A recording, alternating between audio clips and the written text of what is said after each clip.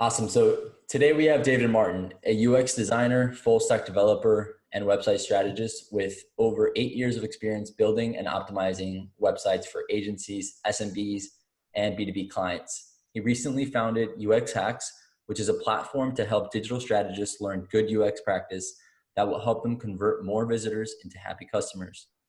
By building an experience that anticipates users' needs, answers their questions, and provides a ton of value up front. He believes any website can hack their traffic's potential and explode their conversions. But that starts with putting users at the forefront of everything you do, understanding their intent, how to best serve them, and setting the data they leave behind in order to extract actionable insights you can implement for your website that will lead to actual business growth. David, thanks for being here. Thanks for being on another episode of Mindset Warriorz. Thanks for having Happy me. to have you, man. Happy to be here. Happy to be here, man. Awesome. So I think I gave you a quick little teaser of kind of the areas we wanted to kind of touch on. Specifically, I mean, the audience is curious. I'm curious. Can you just share a little bit about your early career? How did you end up choosing this career specifically? Because you're a multi-talented individual. So like I mentioned in the intro, if you could just touch on the different skill sets that you were, proficient in. Sure. So I wasn't always a multi-talented individual. I kind of started out the way that all of us start out, with no skills. What I realized, I guess in high school, was that the route that I thought I wanted was not realistic for me. The reason being was I didn't really have very much money to be able to go to college. And even more than that, I originally wanted to go and invest in art school, which one is not usually an accredited program. So if you go through an art school, you can't really go and get another kind of degree. But more than that, it's a private institution with an extremely high education bill. So we're talking, $50,000 a semester. I would have graduated with $200,000 in debt. It didn't sit right with me. That my option was to, go to college, a traditional, 4-year university, and get into debt, or go to a specialized program like, art college, and then get into debt that way. The reason why is because there are all sorts of debts that you can get into in the United States, and there's only one kind of debt that you can't liquidate if you go bankrupt, and that's educational loans. So if I had gone to school and for whatever reason I couldn't make very much money, it would have been very, very difficult for me to not just be able to pay my bills, but to be able to help my family, right? So along the way, I started to realize, okay, well, I need to pick up alternative skills that are going to help me. Give me one second. Sorry, I got my puppy here running around. Oh, no worries, man. I have to. So I had to pick up alternative skills to be able to make money while I was kind of going through community college. So I started with what I knew, and I transitioned my background in art into graphic design. So I was able to kind of, do little gigs here and there until I finally got my first real job. So I went and I applied to a company that distributes video games to Latin America and Brazil as essentially a marketing person, but really I was just designing graphic posters for these guys. So I would come in part-time, I would go to college until they stopped paying me, right? Community college. And then I'd go to this job after work or after school. And they'd have me go and design, flyers for different video games that are coming out, the new Assassin's Creed, the new Grand Theft Auto, whatever. So we'd go and we'd take the flyers that the publishers would send to us, and then I would actually, cut them apart and then Photoshop them back together in English, Spanish, and Brazilian Portuguese, so that the salespeople can go and blast them out to all of their clients. I did that for about 6 months before they transitioned me into full-time. At that point, I said, college is cool, but I can actually maintain my 4.0 in community college. It's not that hard while working full-time and just doing this in the evening virtual. So I did that for another year. In that year, I started to realize the marketing strategy that they were using was not very effective because it essentially relied on the salespeople to go and push out these graphics, and then relied on them to follow up, get the order, place the order manually, and you had to do all of this within 4 or 5 different time zones right across the world, because they weren't just shipping to Latin America, the Caribbean, and Brazil, but they were shipping to Singapore, to China, to Japan. So these salespeople had to answer calls and talk to people at pretty much all hours of the day. At one point, I realized, wouldn't it be better for us to just put all of these on a website, right? So I brought that up, and they said, well, can you go ahead and update our website? It hasn't been updated in years. I said, well, maybe. So give me a day, and I'll go tell you tomorrow if that's something I can do. I went home, and I did my college, and then after that, I kind of went online and started Googling, how do you build websites? Like, I went and I looked at their current website. I was like, what is this built with? I tried to figure that out. And then the next day I came back and I said, hey, your website, it's built in WordPress. It's not that hard. We can actually just update it, and we'd be able to start posting these things on there. So we started with that project. That lasted for about 3 months before one of the president, I think, of the company asked me, hey, could we build this into an e-commerce store? And I said, well, maybe. Just give me a day, and I'll come back to you tomorrow, and I'll tell you what I find. So I went through that process again, and I said, hey, there's a plugin that you can add to your WordPress website. It's called WooCommerce, and it lets you go and sell products through there. And then he goes, okay, cool. Is there any way that we can connect our back-end POS system with our website so that products can be automatically pushed up there and then be sold and then come into our system?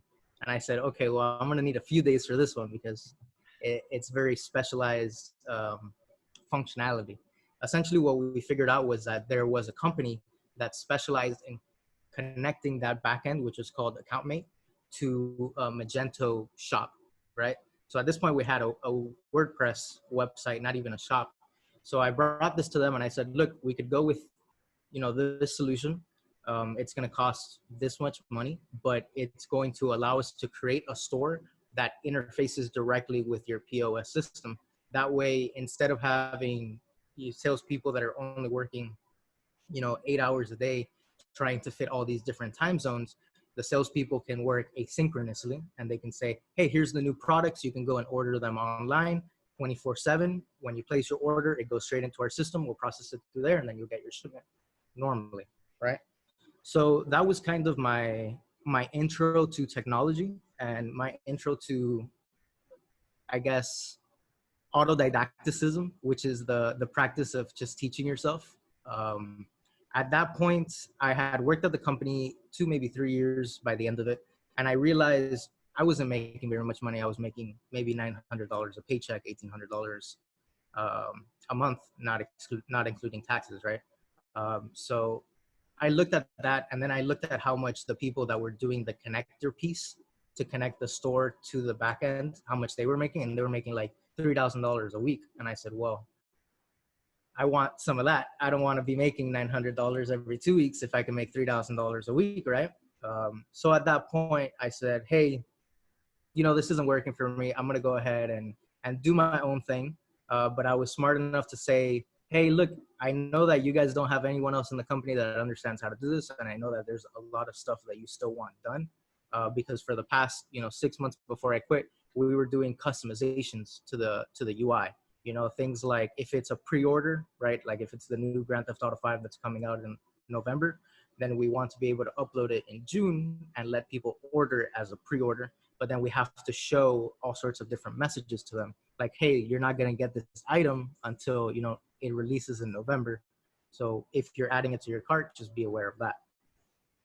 I realized they had a need to continue extending it. So I left the company and I kept working as a freelancer, bringing them on as my first client. So at that point, the reason that I left was because I realized there was nowhere like above where I was. At that point, I was already the marketing coordinator for the entire company, and it was a one-person department working directly under the CEO, right? At that point, I started freelancing and I started to work with other kinds of clients, other different kinds of businesses. What this really allowed me to do is see how different businesses function and really start to learn a little bit more about what it was that I was doing while I was over there at this company. Now, it was very, very difficult for the first few years because I wasn't making very much money at all. I was making less money than I was at the job. I was working more hours to try to work with clients. And I just wasn't seeing the traction that I needed to be able to get to that point that I wanted to, which was like, that was $3,000 a week. You know what I mean? So I started to bring on more clients. And I realized halfway through that I didn't understand the technology that I was building, right? I could do it. I could Google search. I could teach myself all day, but I didn't understand what was going on. I really didn't understand frameworks, programming languages, server side communication. I didn't understand any of that. So I took the money that I had for college, right, to be able to go to a 4-year university, and I threw it all into a coding bootcamp, right? That's actually, I think, where we met. And that's where I started to realize, okay, well, it's not just this company that needs a solution like that. It's every company that needs a solution like this, because we all need to be able to do something online. We all need to show up on Google, and if possible, we all need to try to make sales online so that, we can work 24 hours a day. Once I graduated that program, I came to a realization, and the realization was that, one, I don't want to be a developer. Uh, but the primary reason why I didn't want to be a developer is because developers will build whatever they're told to build. And that just doesn't really jive with me. Because a lot of clients were coming to me saying, hey, we want to do this, right? Can you do it? And the answer is always, yeah, I can do it. Just give me some time to figure out how, right? But a lot of the times these projects, they threw money into it, and it was something that wasn't going to go anywhere for all sorts of different reasons. They didn't have a good marketing strategy. They weren't really thinking about how they were going to acquire customers. They really didn't do any kind of SEO or any kind of PPC, any traffic acquisition strategy to be able to drive leads to their website. They were operating under the assumption, we will build it and they will come. But we all know that that's not really how the internet works. So at that point, I kind of said to myself, there's a lot of things that I'm missing. There's a lot that I learned in that time, but there's a lot of things that I'm still missing. So I went and I actually got an offer from a friend of mine who sold his SEO agency, right? So this was, I think, 2017. He sold his SEO agency. I knew that their developers were essentially offshore developers in, I think, Pakistan, right? And the work was not that good. Their communication was bad. Sometimes they ghosted people. They were super cheap, but the reality is that the agency that they sold the company to, they were offering premium websites. And these guys were doing, websites selling for $10,000, but they were paying like $800 to get them done. And they had security vulnerabilities. They looked like crap on mobile. They had bloated code, 30 plugins. So I actually met the new CEO, right, the person that acquired the company, by invite of that individual who sold. We kind of got to talking, and I explained to him my background in design. I explained to him my background in development. Long story short, they were like, cool, it was great meeting you. Peace out. I kept freelancing for a couple months. Then I got a call, and they were like, hey, we want to make you an offer. Our team is growing, and we really need someone to be able to shore up the development aspect of things. So that was when I got actually what I consider my first real job, which is not, $900 every 2 weeks. I was actually making a decent salary. So my first salary position as a UX engineer. I did that for about 3 months before I realized, hey, we can actually just outsource most of the development that you guys were outsourcing to these guys to someone who, yeah, they're a little bit more expensive. Maybe they're, $15 an hour instead of $9 an hour, but they're going to be able to do everything at the same standard that I do it because I'm the one that's training them, right? So I got to work at an agency for 2 years, building their UX department. Again, with the same thinking that it doesn't make sense for me to build up the development department if we're not building up, the UX side of things. Because clients will come to us and be like, we want you to build this, and they won't know what to build. They won't have designs. They won't have, feature sets. They won't understand the functionality. There's no scope that's predefined. So instead of catching a project at the end, I said, hey, like, I'll give you my development piece, which comes from, my freelancing agency that I've been running for the past few years, if you let me work on building a UX department. So luckily they said, yeah, right. And I got to work there for 2 years building that UX department. And more importantly than that, I got to learn about all the missing pieces that essentially were holding me back from being able to create my own projects, right? Being able to drive traffic to my own sites. These are things like, SEO, social media marketing, pay-per-click advertising, right? Link building, which is huge, and I didn't know what that was, right?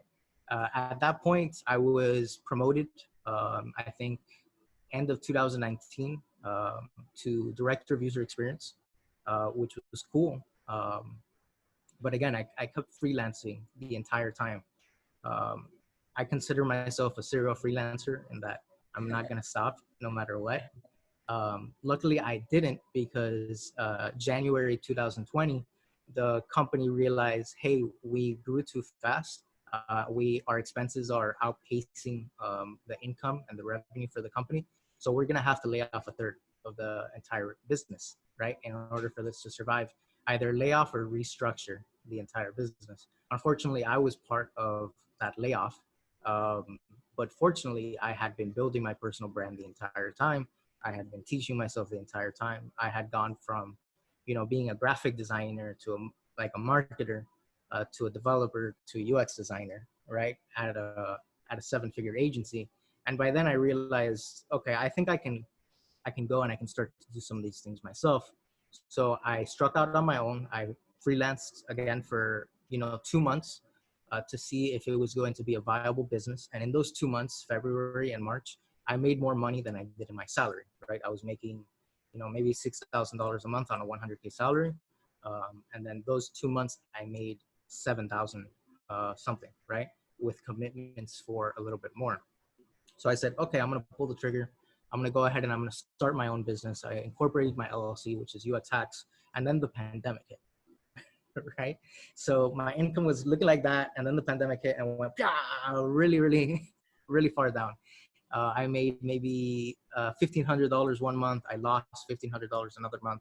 I said, okay, well, this is what I remember from freelancing. It's definitely feast or famine. But I wasn't ready to quit. I wasn't ready to, go back to working for someone. So I kind of doubled down, right? And luckily it was only 2 months where I kind of had difficulty making money. After that, I actually went from making, $7,000 a month to making $8,000 a month, and then $9,000 a month, until I am where I am now, where not just making money from the agency side, but actually packaging all of the processes as SOPs and trainings, and then selling that as courses online. So now I'm making money not just off the agency, but I'm making money training people that want to go and actually learn user experience and want to learn how to run UX projects in a very practical way. Because again, I'm not classically trained. I went to Dev Bootcamp before there was a UX Bootcamp in Miami. You know what I mean? So I had to teach myself. But in that process, I really got to learn the material in depth. You know what I mean? And not in a theory kind of way, but in a practical kind of way.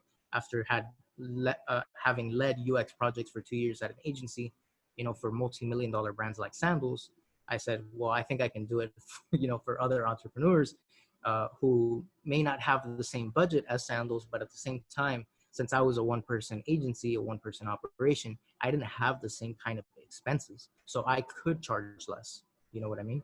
Yeah. And that made it a lot more attractive to people like you, for example, who might have a business, right? But they don't necessarily have agency money to spend, but they still want to work with someone who understands the process, who understands not just marketing and development, but user experience and how to optimize that. Yeah. So that's kind of an overview of my career in a nutshell, up until this point. No, that was beautiful, man. I didn't want to interrupt because you dropped, like, I mean, you hinted at a lot of important points that I kind of want to dive into. And I'm glad that you actually shared everything, because now I think the audience has a really good understanding of like everything that you have to not only learn, empower yourself with, but you are also able to implement, grow, get promoted, lead, and, you know, continue on to make your, you know, your own decisions, and in a way where, you know, clients were like attracted to you, right? When you finish, even with the pandemic, I mean, everybody was impacted from the pandemic, um, even highly skilled, you know, individuals. So, I mean, I want to kind of dive in a little bit, if you don't mind, Yeah. into some of the points that you hit. So, okay, so you had to. I'm the same. Like, I like to teach myself things. I think we're like-minded in some of those areas. We've talked about the books that we read, or hey, like this person is doing it right, or what, you know, we've had those conversations. But, you know, for people, they're being faced with, oh crap, you know, the theory that I'm paying thousands of dollars for at a university or a college, people aren't hiring for that right now. You know, Yeah. no one cares about what, you know, what your GPA was anymore, or what your degree was in. What the hell Yeah. can you do, and what have you done successfully in the past? Show me something. You know, Right. people want to see results. They want portfolios. They want, you know, give me someone I can call, previous clients that I Right. can call and see if you're legit, right? Hmm. So I want to dive into that specifically, because I feel, you know, right now, especially, you know, people that are on LinkedIn, people that have been coasting, working at companies now, are like facing this kind of risk where, Right. oh shit, I need to either level up or I'm going to get cut, right? Mhm. And I mean, down here in Florida, I saw a lot of my friends get let go, Mhm. especially in the travel industry. Yeah. Um, I mean, very talented people that unfortunately, you know, the business couldn't sustain them. So Right. I want to dive into the learning process. Okay, I want to dive into that because I feel like people overcomplicate it, or they don't really have a structure, right? Sure. You know, it's not about, you know, my opinion is, it's not about watching videos. It's not For about sure. buying the most expensive courses from people. It's really Hmm. not about that, you know, and I want to dive in from your perspective. What has worked for you? Because I'm sure you maybe have bought the most expensive courses, have watched videos, Yeah. but I really want to focus on, what is your learning framework right now? How do you teach yourself something like an actual technical skill, quickly and effectively, you know, being time conscious, because there's deadlines. Sure. I mean, the first thing that you need to realize is if you go into trying to learn a skill haphazardly, right, or very anxious because you're trying to reach a certain outcome, it's going to be difficult for you to really, really learn it because you have to give yourself time. It's one thing to understand the concept, and it's a totally different thing to be able to implement the concept. You know what I mean? Yes. So the first thing is understand that you're going to need time to learn that. And I think that if you're employed right now, the best time to learn is when you're employed, right? Because that's when I was actually taking money from my salary and I was saying, hey, I'm going to take a percentage of this and I'm going to put this into my own education, because I was a remote employee. The entire company was pretty much based in Philadelphia, and I was one of 3 or 4 employees here in Miami. And we pretty much had to teach ourselves, myself especially, because I came in from my own freelancing practice and got plugged into this SEO business where I didn't know SEO, I didn't know PPC, I didn't know link building, I didn't know any of these things. And the way I look at it is, it's a lot like playing an RPG. So in an RPG, you play RuneScape for a while, you level up stats for very specific skills, but it's not about leveling one stat all the way up to 99, right? It's about leveling up complementary skills, right? So if you are playing a game and you level up wood cutting as a skill, then you want to level up something that's relevant to that. For example, building furniture, right? Because you can take the wood and recycle that into furniture.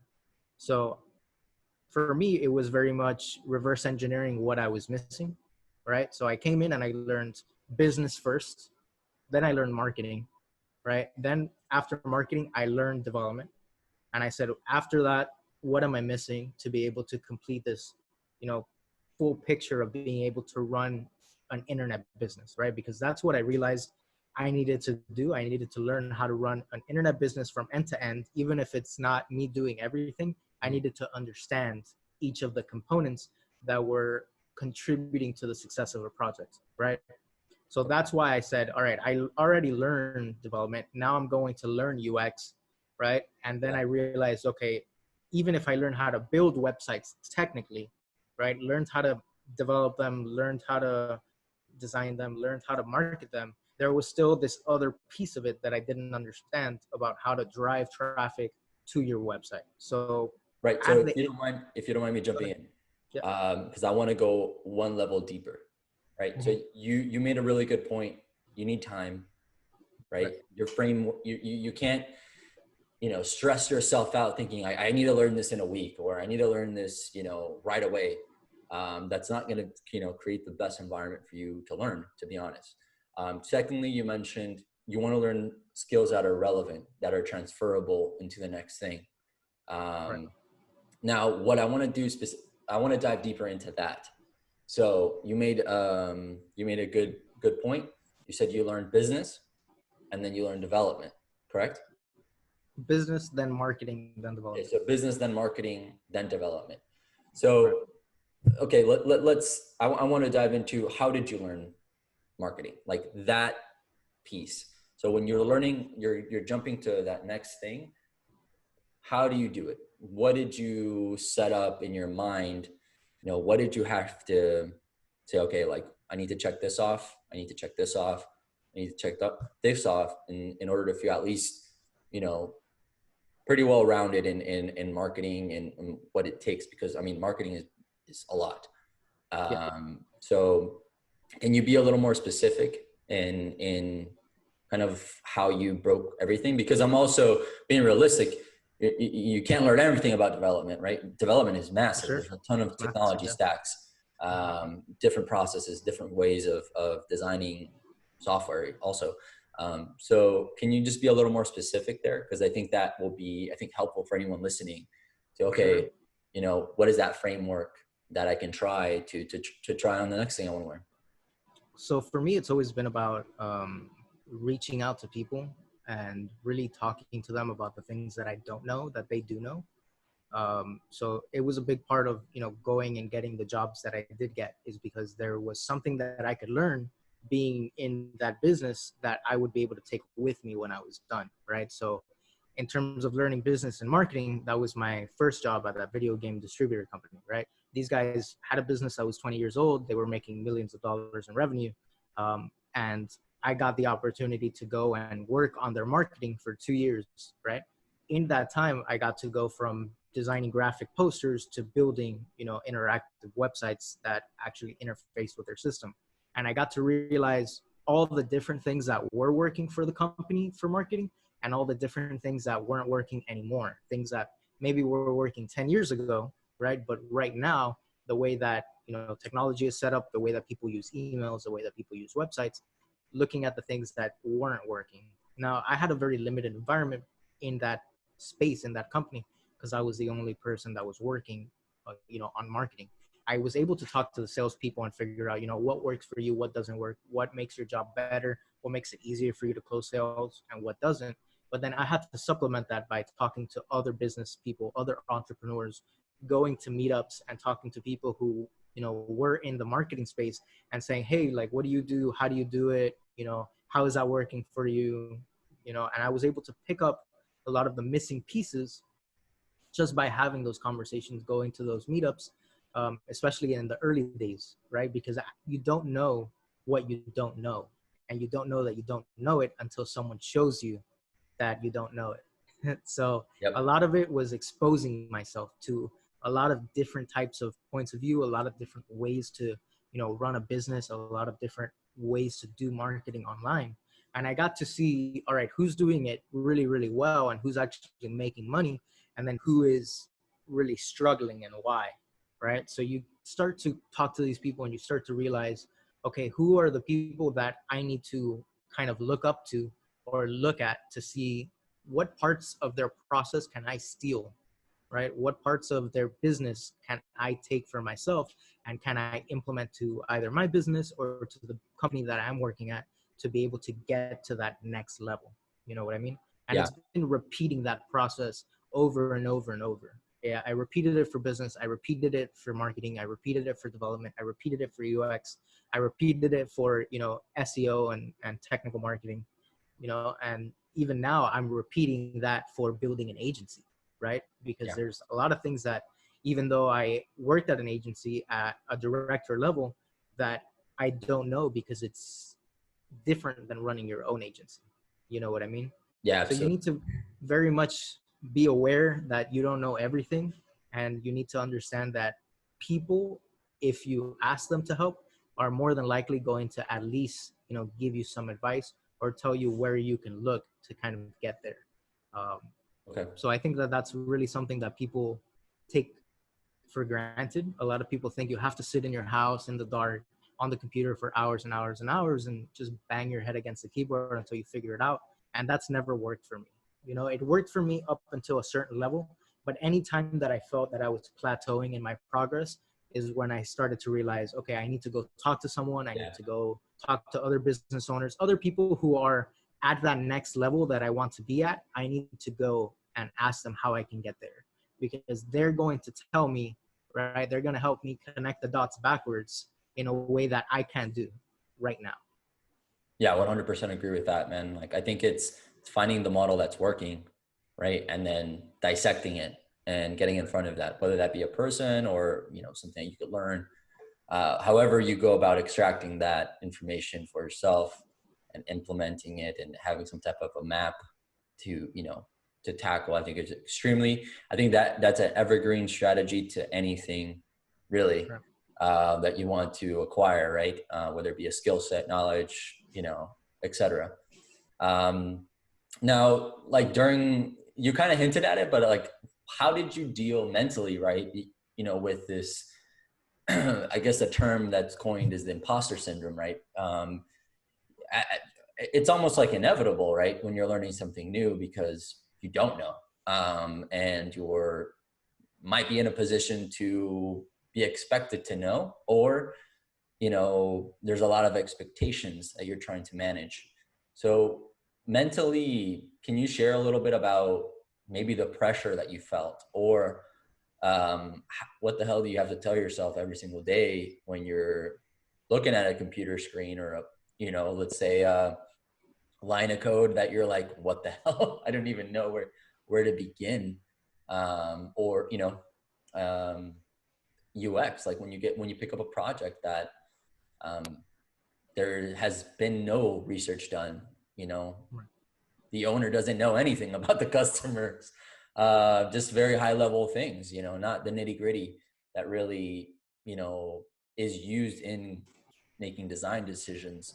That's crucial to the business, and to anything online. So can you hint on and just talk about that openly, right now, like what the Sure. imposter syndrome is and like how you overcome that mentally? Like, what do you got to tell her, to self-talk or whatever method you use?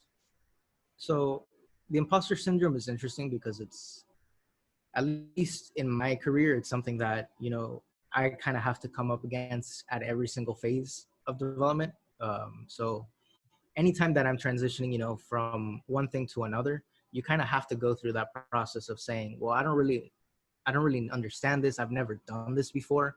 But what's most important is to understand that that's a natural reaction that people have. So people don't want to be judged. We're very much social creatures. We've evolved to build and live inside of these communities. So we have these natural reactions sometimes, right? And in college, I was really big on studying psychology, right? And that really helped me come to terms with the fact that some things are automated responses and some things you can't really control when they come up. I had this problem a lot early on in my career, where it was like I was pitching a project and I didn't know how to do it. And it was difficult to kind of convince the client to go with me as a solution, because I didn't really have a portfolio. I didn't really have a track record all I could tell them was, look, this is what I think is going to work for you. And if you give me some time, then I can go and I can start to, find out if this is actually going to be the right way to do it, right? In that time where you're sitting down and you're trying to research, I don't ever try to like say to myself that I'm going to learn everything there is about a subject and that I'm going to become an expert before I do something. A lot of it has been me realizing that expertise comes through practice, and more than that, through very intentional practice every day. So if there's something that, I'm not very good at and I'm trying to sell, it's going to be natural for me to start to feel like an imposter. But the reality is that I started to realize, even if I only have a superficial knowledge of this subject, the reality is that the business owner that's trying to get this done has even less knowledge about that subject. So I don't need to know everything. I just need to know more than they know, right? Yeah. And really convince them of the reality that even if you know how to do something, things change, right? From one day to another, you could be using this framework and the next day it's a totally different framework. People want you to change it, right? The company has different requirements for the project. That's normal. That happens. I think what's more important is I've bet on my adaptability time and time again. And time again, that bet has paid off, right? Because even though I don't know something, I know that if I sit there and if I try to figure it out, I'm going to at least get to the point where I have that superficial knowledge Yeah. that's, just one step above that person that's trying to hire me for. And if I can't get to that level by myself, then that's where you start to look at these other strategies of going and talking to people and reaching out and asking for support. You know what I mean? Um, I've paid for consulting when there's a problem that I'm up against that I don't know how to solve, right? Yeah. I've paid for people to teach me things on projects that I'm working on, right? Yeah. Because I wanted to not just be able to do it for this project, because I could pay you $100 and you could do it for this project and we're done, we're good. I will pay you 3 times that and I will sit there and watch you do it and you will explain it to me, right? Yeah. So that I can get that deeper layer of knowledge. And it's only through that process iteratively that the imposter syndrome starts to kind of fade into the background, where you Yeah. start to realize, hey, look, we're all kind of making it up as we go along, right? No one is going to sit here and be like, yeah, I'm a React expert. I've been developing on React for 10 years, because it hasn't existed for 10 years. Mhm. You know what I mean? You may have been working with JavaScript for 10 years, but that doesn't necessarily transfer to this new skill set, right? So a lot of it has been realizing that we all deal with imposter syndrome and we all deal with it in different ways. And Yeah. more importantly than trying to be the one that knows everything about a subject, being the one that says, I know that I don't know everything, and that's why I'm going to keep teaching myself every single day. And that, I think, has the power to compound and snowball in a very drastic way. At least that's what I've seen in my career, right? Where in the beginning, I definitely felt like an imposter, and I definitely felt like I was spinning my wheels and I wasn't really going anywhere. Everything was an uphill battle. But after 8 years of doing that, you start to realize, whatever it is, I'm going to figure it out. And if I can't figure it out, then I'm going to find someone who's going to figure it out, and then we're going to figure it out. Yeah. Like I love that you broke it down, man, because I'm, you know, before working where I'm working, like I've had my own company too for almost 3.5 years, and a lot of similarities. Like I had to go through all those things, and where now I feel pretty confident, in the approach, and it is in that, like, finding a model that works, reaching out, communicating, finding the most effective way to learn the skill. And it's usually, hey, what will it cost me to get an hour with you to ask you all the questions I want, and paying for it. I've done that multiple times. And I think that, I want people that are, working at large companies that are, still going strong and still learning. Like, I feel like, sometimes that's not happening, right? Maybe it's not happening because they've been part of that company's culture. Maybe the company might have like a learning department or some type of, like, personal development budget that people get to actually leverage. And in reality, I don't feel like everybody uses it, or takes advantage of that. Especially now when I see people, especially right now, all the people that got laid off, not all, I don't want to put everybody in a bucket, but I've seen at least people sharing, oh, like I just got this certificate, right? And kind of like, it's great. It's great that you did that, but is that even relevant? Is that certificate, even, was it all theory, right? Did you actually, what did you do with it? And I think that's one big thing that I hope people realize, especially right now, right? Because people are hurting, companies are hurting. I mean, we're all feeling it. And, getting that realization and that clarity it's extremely, like, it's like a weight off your shoulder, right? Because it's like, okay, cool. Like, I need to find what's working. I need to find a person that's, doing this successfully, where I can go talk to them, engage them. Instead of paying $100 to that certificate on Coursera, go pay them the $100. They're making like the salary that you want. They're doing, they're implementing like real time what the hell is working right now. Go invest in yourself in that way and build a relationship with that person, right? Because maybe you can reach out again and, get that feedback. So I definitely appreciate you sharing and kind of touching on that point. I think it's very relevant right now. I wanted to talk about when you were working at this SEO agency. It was probably a bigger company for you, probably had some processes, departments, different teams. What's one thing that you wish you could have changed that would have made your experience there better? Now, I wanted to touch on that because, a lot of times when you're working in these large corporations, no company is perfect. We all know that, but what's one thing you feel like it could have changed and it would have made a big difference for all the people that were working there? We all would have benefited from it. What's that one thing for you, or maybe more than one thing? So it's kind of difficult to answer this question because there's a lot of things about the company that I would have changed, especially with how we were acquiring clients and what kind of clients we were allowing ourselves to work with. But very specifically as to, my department and what happened with me, I felt like I couldn't get budget, and that was a big issue, right? So what I mean by that is we were just expected to get projects done, but having freelance for quite some time and kind of worked on all sorts of different projects, I realized that it's a lot more effective to set a budget for that project and give the people working, managing that project, a budget to get things done. So a lot of what was happening at that company was if you had a problem, it needed to be solved internally by someone at the company. The problem with that is we were taking time away from something else. They were being paid a salary, so they were super expensive.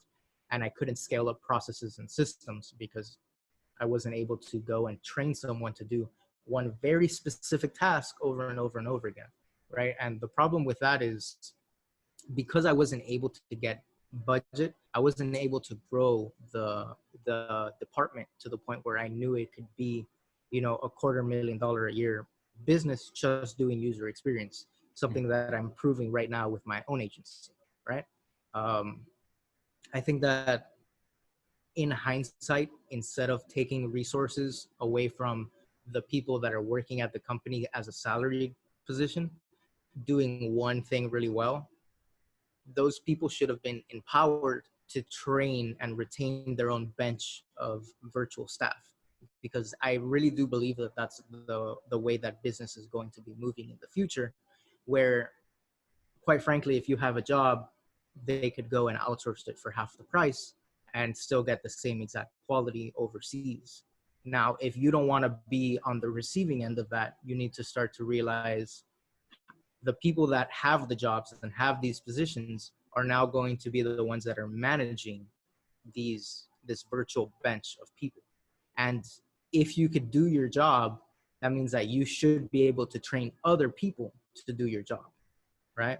And that skill is, one, highly transferable, but at the same time, it's the only way that you're going to be able to scale an internet business to the point where you're no longer doing the grunt work every single day. You know what I mean? Yeah. I didn't want to sit down and say, hey, yeah, this project is going to take me 32 hours to do, a 16-page UX wireframes. Instead of doing that, we could go and hire two, junior UX designers overseas for $12 an hour, and I can just go manage the process, give them, um, instructions, go through the revision process, and kind of work as quality assurance instead of having to do all of the work myself.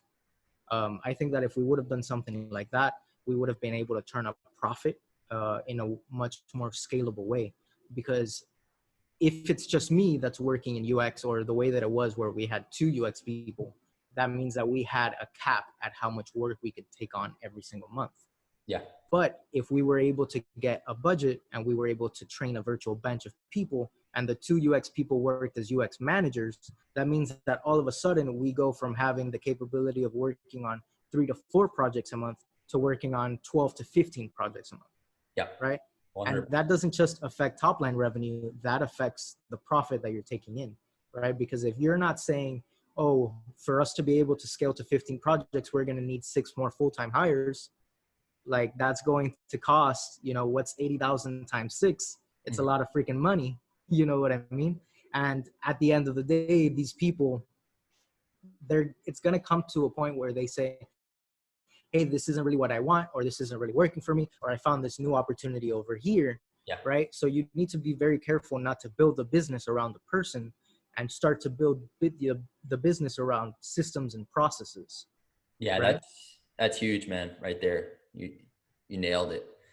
Yeah. And that it's I think those are all super, super solid points, man. And I also agree with you, man. It's for the companies that, maybe have been larger, that are used to working with vendors or contractors, in order to bring in skill sets and are more flexible, more agile. We can use that term. They're able to adapt quicker, right? Versus those small businesses that have been capped, that have been constrained, that have had culture problems.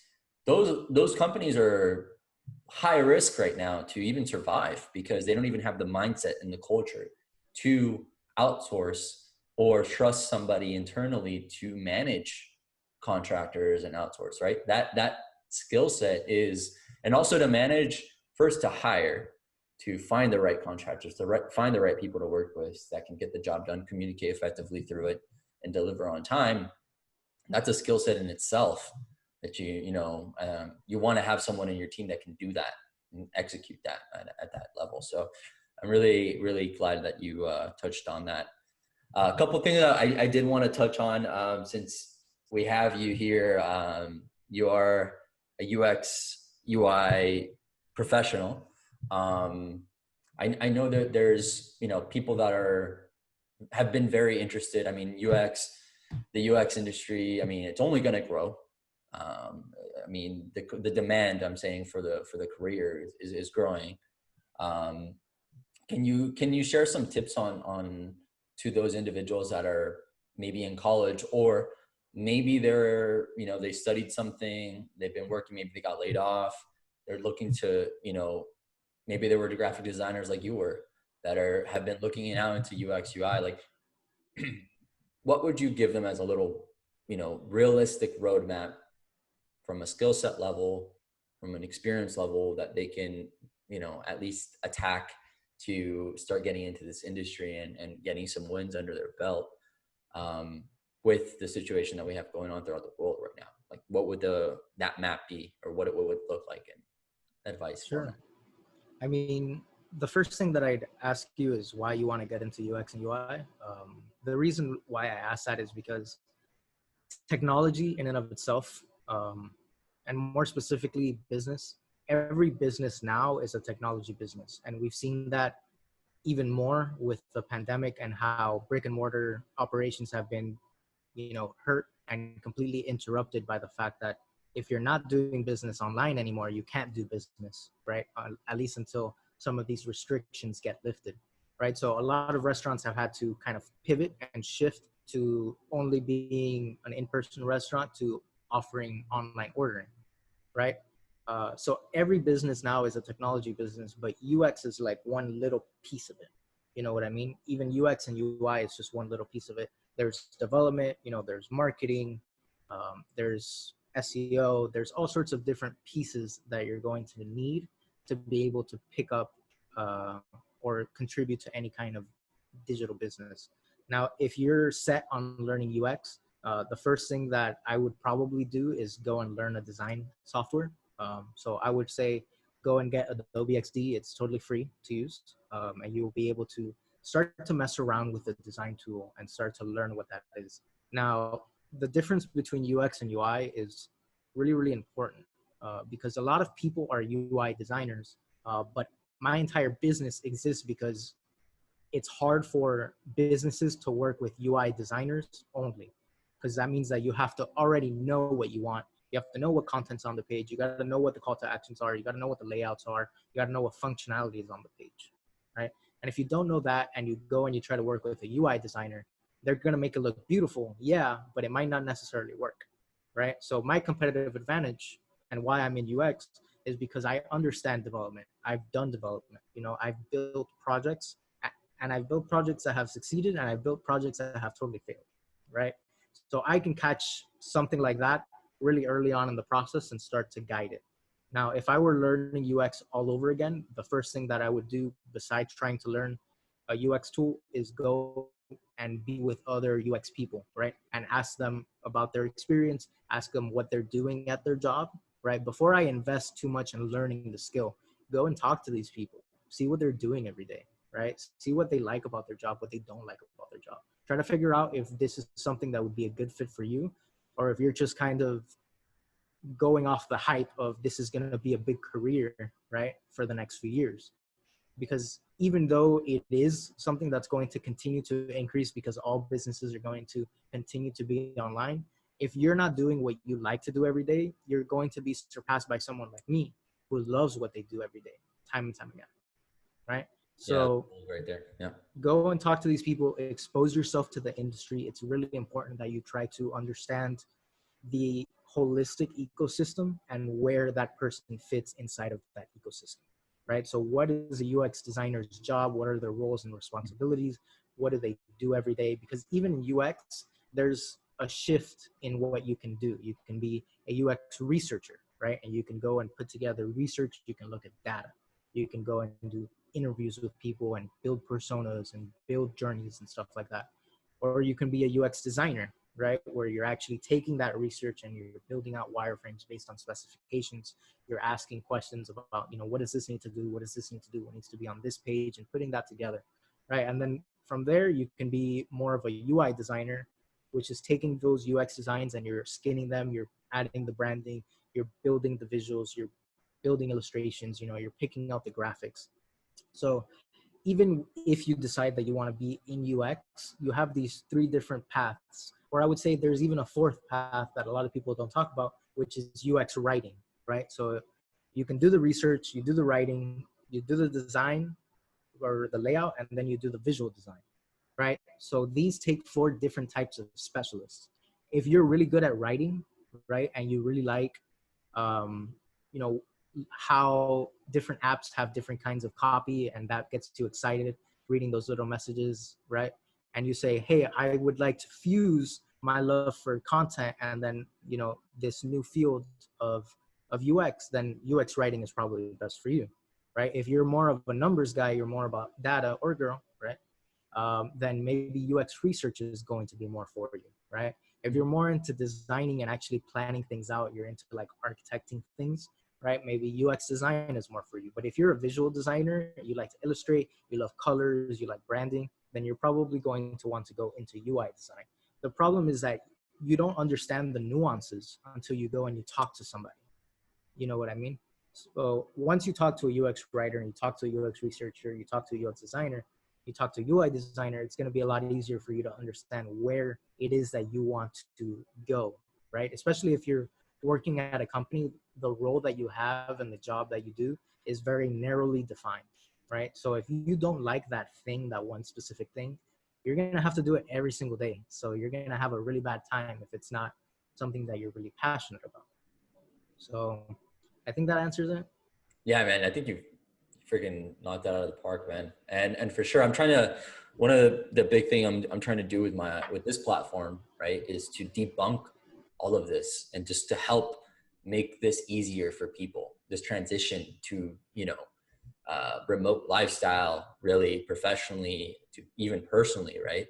I'm trying to facilitate that with people that I know or that I have, will get to know to this audience. So I'm really glad that you're sharing practical tips.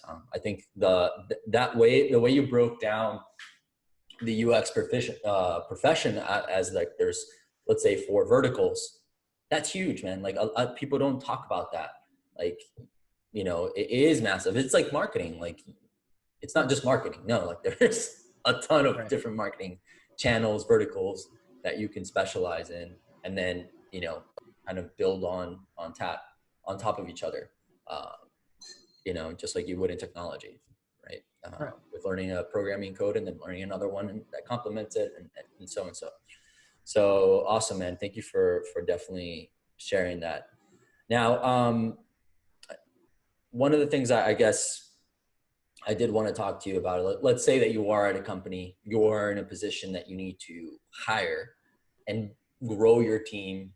Um, what are, first of all, I want to kind of, I guess, set a scenario, right? First, you're at a corporation, enterprise level, money is not an issue right now.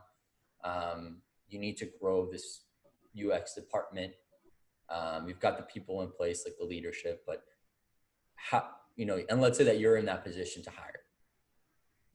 How do you find top talent right now? What would you do? Well, it's a loaded question because it Okay. depends on the kind of talent that you want to get. Okay, so feel free to take it, more So specific. the first thing that I'd ask is this something that we're going to have enough time to give someone the opportunity to grow into the position, Okay. right? Because if we're trying to get something done and we're only going to give them, a month or two to get up to speed, that's not enough time. It's going to be something that we're probably going to be better off hiring a freelancer that's a specialist in that thing, because they don't need to get up and running. They're up and running. They have their business. They know how to do that thing. We don't need to create an environment where it's conducive to learning, right? And we don't have to provide mentorship. All we have to do is provide instruction. Now, if you're in a position to hire and it's a budget to hire someone internally, then there's a lot of things that you need to really think about. Is this going to be an environment where they can come and make mistakes, right? That's the biggest one. If you're going to hire someone, especially a junior person, and you're going to bring them onto your team and expect them to perform at 100% right away, dude, it's not going to happen. You know what I mean? You need to give them the time to get up to speed with the business, understand your processes. You need to offer mentorship, right? So you need to have essentially someone that is senior, that is showing you the ropes, Yeah. right? And then you need to give them time to grow into their position, about 6 months to a year, to really be able to be autonomous before, you can go and start doing it all over again, right? So that's the first thing, is you really need to look at what the environment is and what the culture is. Okay. And if it's not something that's going to be conducive to a junior designer, then for God's sakes, do not hire a junior designer and ruin their life, right? Because that's what you're doing. You're taking this person who could have been going to work at any other company that actually is going to have mentorship opportunities, space and time to grow, and you're taking them out of that opportunity to put them in your shitty company. Don't do that, bro. You know what I mean? Build first the infrastructure so people can succeed, right? And try to create some guardrails for them. You know what I mean? Yeah. Here's what we expect you to be able to do in 6 months. And here is a training program that we put together, right, to get you there, right?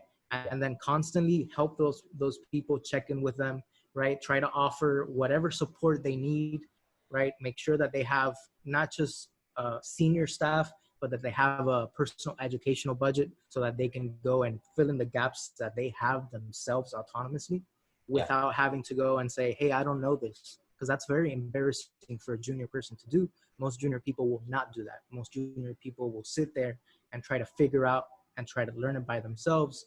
And if you're working at a company It's just not going to be a good use of your money to go and train this person if they're not going to be performing at the level that you need them to, right? So make that distinction, really understand if this is a long-term hire or a short-term hire.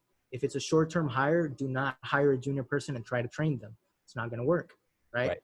Hire a freelancer, hire a contractor, work with them while you're building that infrastructure to be able to hire someone long-term, right? Once you have some sort of, training program, once you have some sort of idea of what it's going to be like for their day-to-day, then you can go and make a long-term hire, right?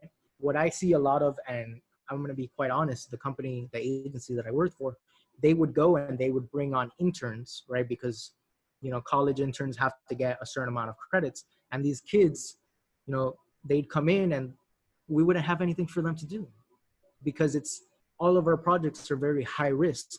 You know what I mean? So these interns that say, I want to learn design, I want to learn UX, I want to learn branding, what are we doing to them? We're making them put content from a spreadsheet into a CMS and telling them, good job. Something that I could hire $4 an hour for in India and get it done, right?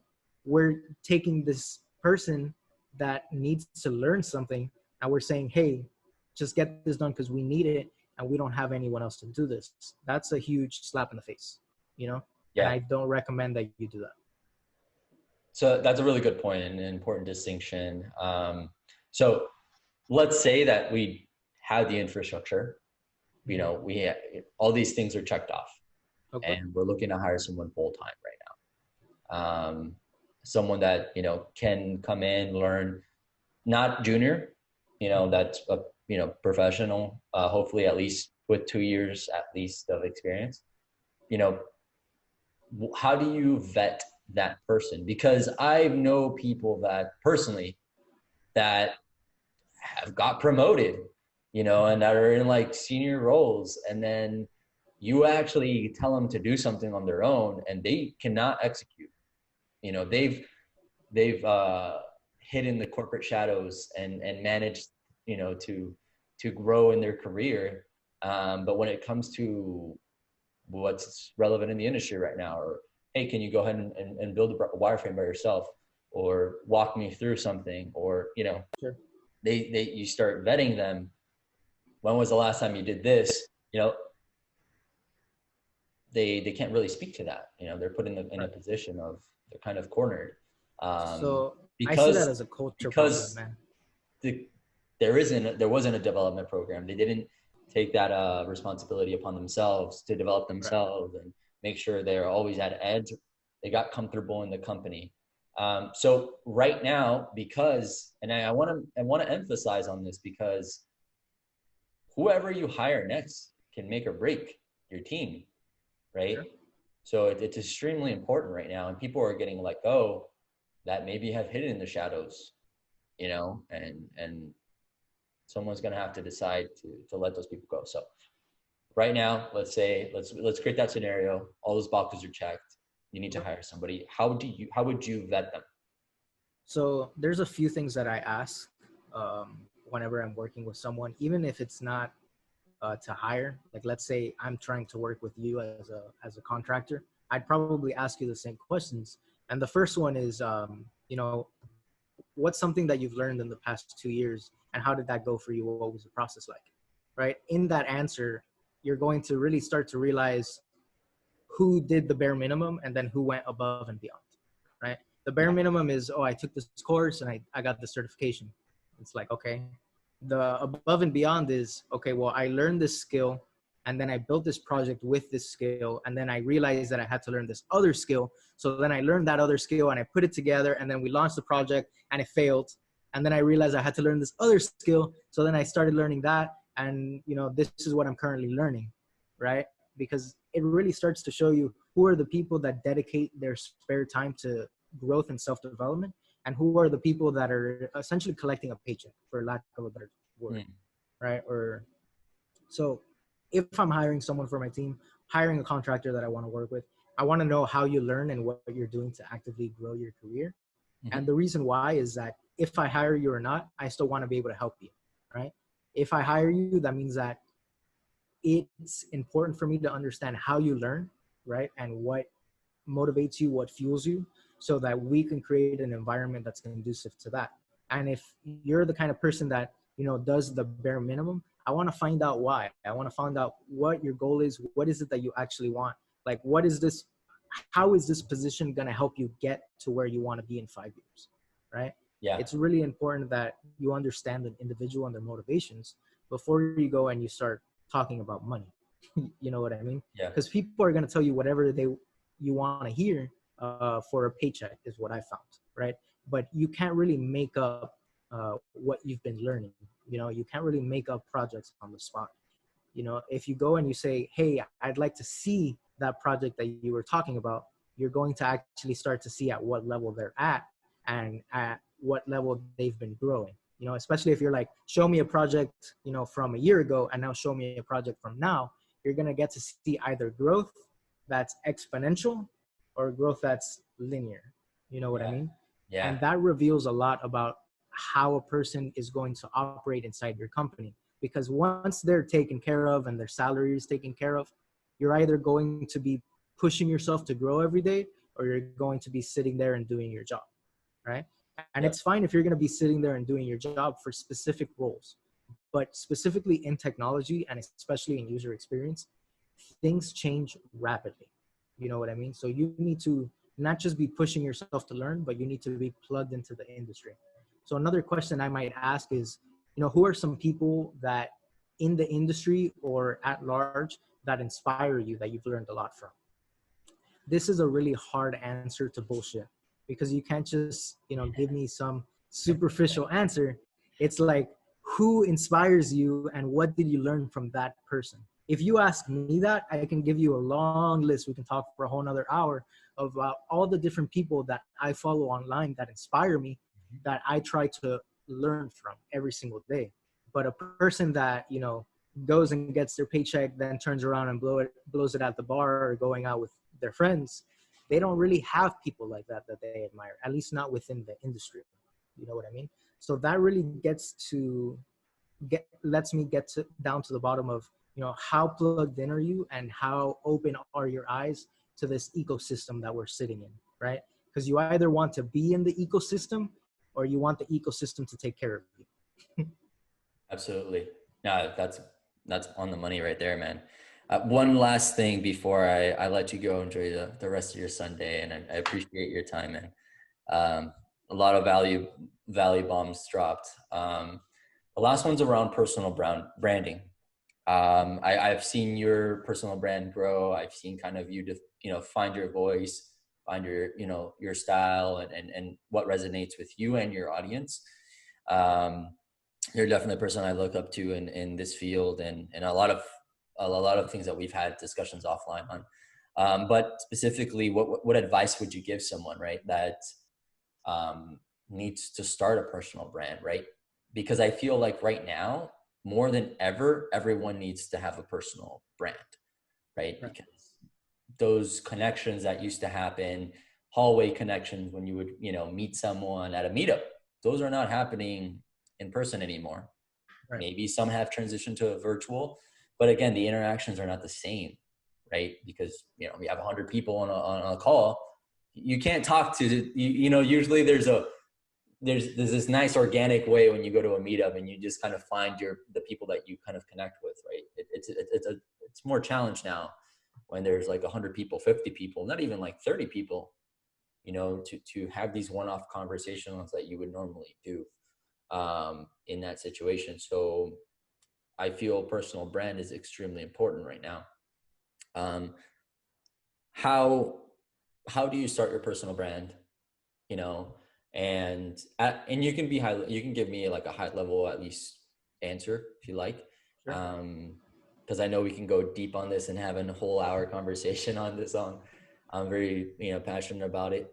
But at a high level, like, what advice would you give someone that needs to start a personal brand, or, the new person, the student that's coming into the industry, and then the person that has a few years under their belt that they had a LinkedIn account they haven't updated in 2 years or a year. Right. That now they're like, oh shit, I might get laid off, or, something might happen. I need to make sure that people know me in my space, just in case I need to network.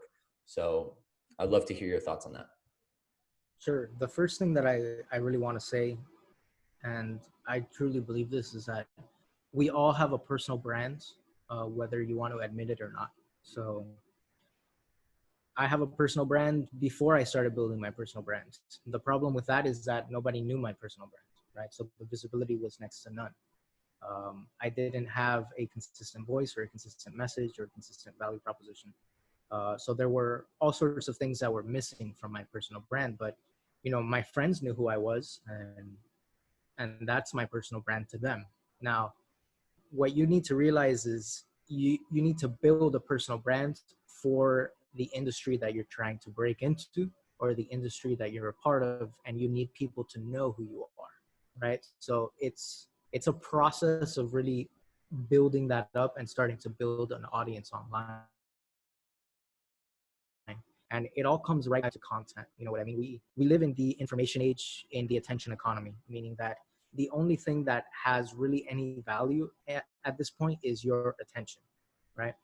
So where you pay attention, that's why they call it pay attention, is really, really important.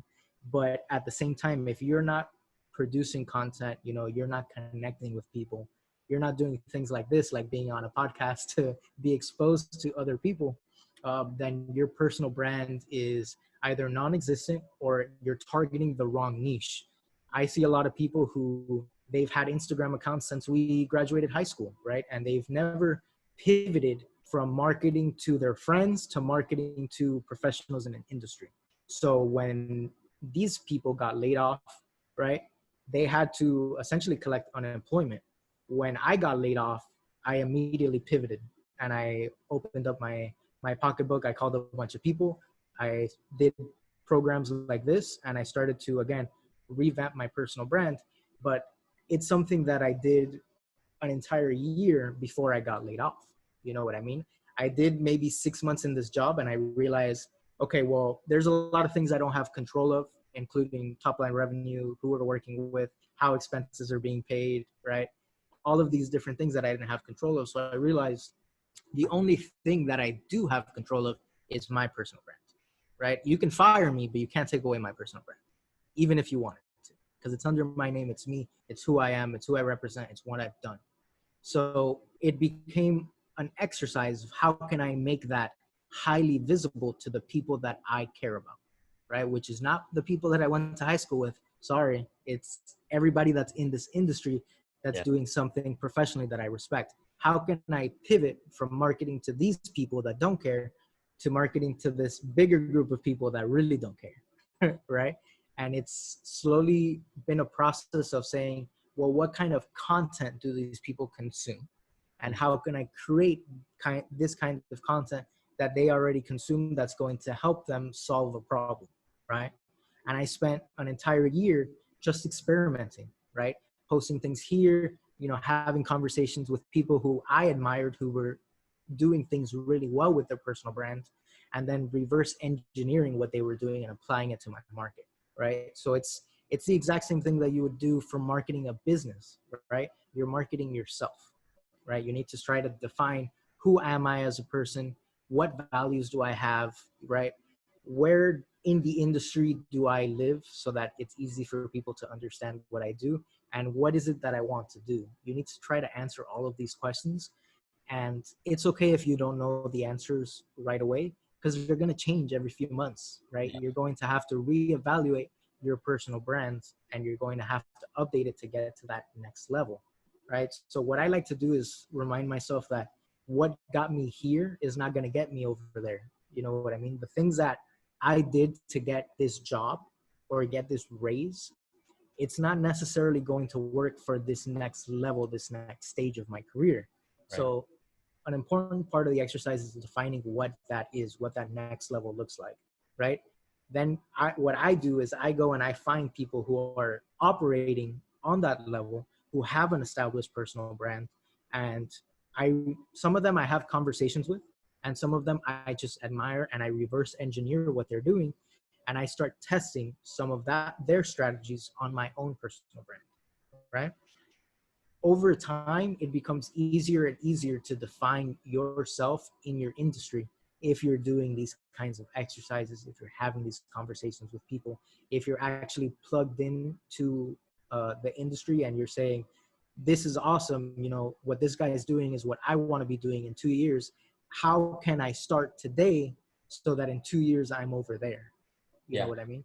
And you just have to start. You know, you have to be aware that people are already going to judge you based on your personal brand. Even if you have a LinkedIn with outdated information, what they're saying is, oh, this personal brand is not really relevant, hasn't been updated, it's not someone who's active in the industry, right? Yeah. How can you change that and turn it on its head and say, oh, wow, this person is not only active, but they're a thought leader in the industry, right? Right. They're one of the few people who are doing this really well. That's where you want to get to. And you need to understand that it's an iterative process. Man, nailed it, dude. Out of the park. And I agree. I agree with all those points, man. And I hope to be a catalyst for more of these conversations with professionals. I'm trying to contribute to that wave of thinking, because I'm 100% on board with this is where it already is. You know, I think people are starting to just wake up to this and realizing I have a personal brand, but nobody knows me. I haven't shared anything. And there's a lot of very talented people that have been working and have so much knowledge, experience, skills that you know, they haven't really dedicated time to sharing Yeah, content. they're invisible, you know? Absolutely, you know, and they have so much to share. So So I hope. I have something to add really quick here. Yeah, go for it. So if this is you and you don't have a personal brand, it's okay, because nobody starts with an actual personal brand. What I recommend you do is you go Google domains, GoDaddy domains, name.com, go and buy your first and last name as a domain. All right. Set that up as a personal blog, really basic information. It could just have, you know, your name, what you do, and some other links for where to contact you online. Go and set up social media accounts, things like Twitter or Instagram, wherever it is your target audience is hanging out. So if you're trying to get a job in tech, find out where these people in tech are hanging out, go and follow them for a few months. Try to figure out what kind of content they're posting. Try to figure out, you know, what kind of content they're consuming. If possible, to try to have conversations with them, right? Eventually, you're going to start to realize what your personal brand is supposed to become. And it's not that expensive. You can get a domain for $6. You know what I mean? You can get hosting super cheap for $4 a month. For less than $10, you can get started right now, because social media accounts are free. But you can't expect from one day to the next to have a personal brand. Having a personal brand is about showing up consistently every single day for years and years and years and providing value unselfishly. That's a Seth Godin quote, Mhm. right? So that's really what marketing is, and that's what your personal brand has to be as well. So if you're in a job right now and you don't have a personal brand, get started today. I got started 1 year before I got laid off. So when I got laid off, I already had contacts. I already had a mailing list. People in the industry already more or less knew who I was. They were consuming my content. It was essentially a switch that I had to flip and say, hey, you know, business is open now, right? I was not taking on projects before. Now I'm taking on projects. And it was easy because I already had the audience Yeah. there. I already had 1,000 people that were willing to listen to what I had to say.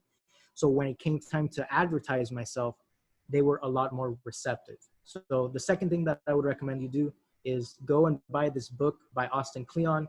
It's called Show Your Work. It's a super short book. I have it here.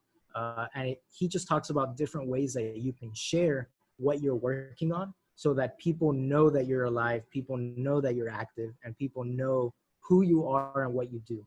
That's all you need for your personal brand, right? You don't need to convince people to work with you. You just need them to know who you are and what you do and where you live inside of this industry. And eventually, if you do it right and you provide value to that audience, when the day comes that you need something from them, they're going to be a lot more receptive than somebody who just got on LinkedIn or just got on Instagram today and has literally done nothing for them, right? Yeah. So start building it now. Man, awesome. Thank you so much. And before I let you go, man, I know that your course is live, right? Right now for So people? yeah, so we have essentially a beta test group. I sold the course to about 13 people before I cut off access to it.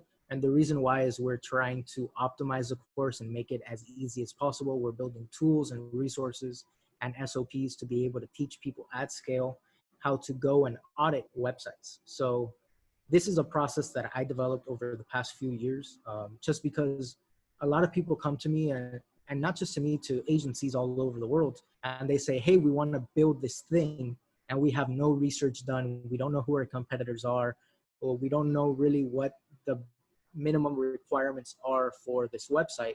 We just know that we have a budget to get it done. So what I've started doing is I've started decoupling the discovery phase and selling it independently of the actual project.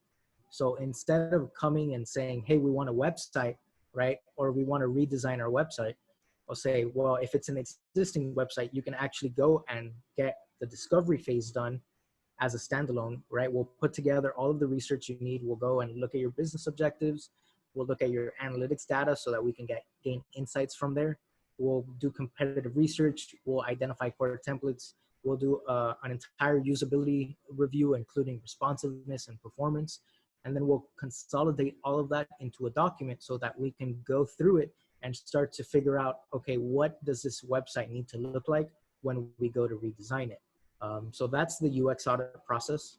We've built out a course for that. It's at this point like 20 different videos to teach you how to go from prospecting to closing sales, to actually sending invoices, and then how to run the audit in a way that is repeatable, so that instead of just jumping into a project cold and redesigning a website based on your opinion, you can say, hey, we're different from all the other designers that you work with, because we don't design based on opinion, we design based on data, right? And this is the process that we follow. So I've actually recently delivered a $3,000 website UX audit that's going to close into like a $10,000 website redesign project, right? And it's something that I've been able to do to help me close much bigger projects with much more sophisticated clients that actually want you to look at their data. They want you to look at their analytics reports. They want you to look at their competitors, and they want you to put that all together so that when it comes time to actually build the website, we know exactly what needs to be done. We're not guessing. We're not just making it up on the spot. Right. Because what I found is if you're getting brought in to redesign a website, they don't really want you to redesign a website. They want you to fix a business problem that they have. Either, lower sales, low conversion rate, high bounce rates, whatever it is that the problem the current website has, you need to try to identify those and then reverse engineer a solution instead of just saying, hey, we're going to make it look really pretty, because that doesn't work. A lot of times I've had friends in the industry that go and they redesign a website, right? And then it tanks after they redesign it because they didn't think about content. They didn't think about SEO strategy. They didn't think about conversion rate optimization. And then they turn around and they come back to someone like me. So I think that if you're a web designer or you run a web design agency and you're selling website redesigns and you're not doing a discovery phase, or worse, you're doing a discovery phase and you're not selling it the way that I used to do it, this is a great opportunity for you to actually pick up a course that's going to help you out. So Awesome, man. Thank you. Where can people, I guess, connect with you if they want to reach out and ask you a few questions, or maybe they're interested in the course? Where can people reach you? sure. So the course currently has stop sales until we finish this beta program.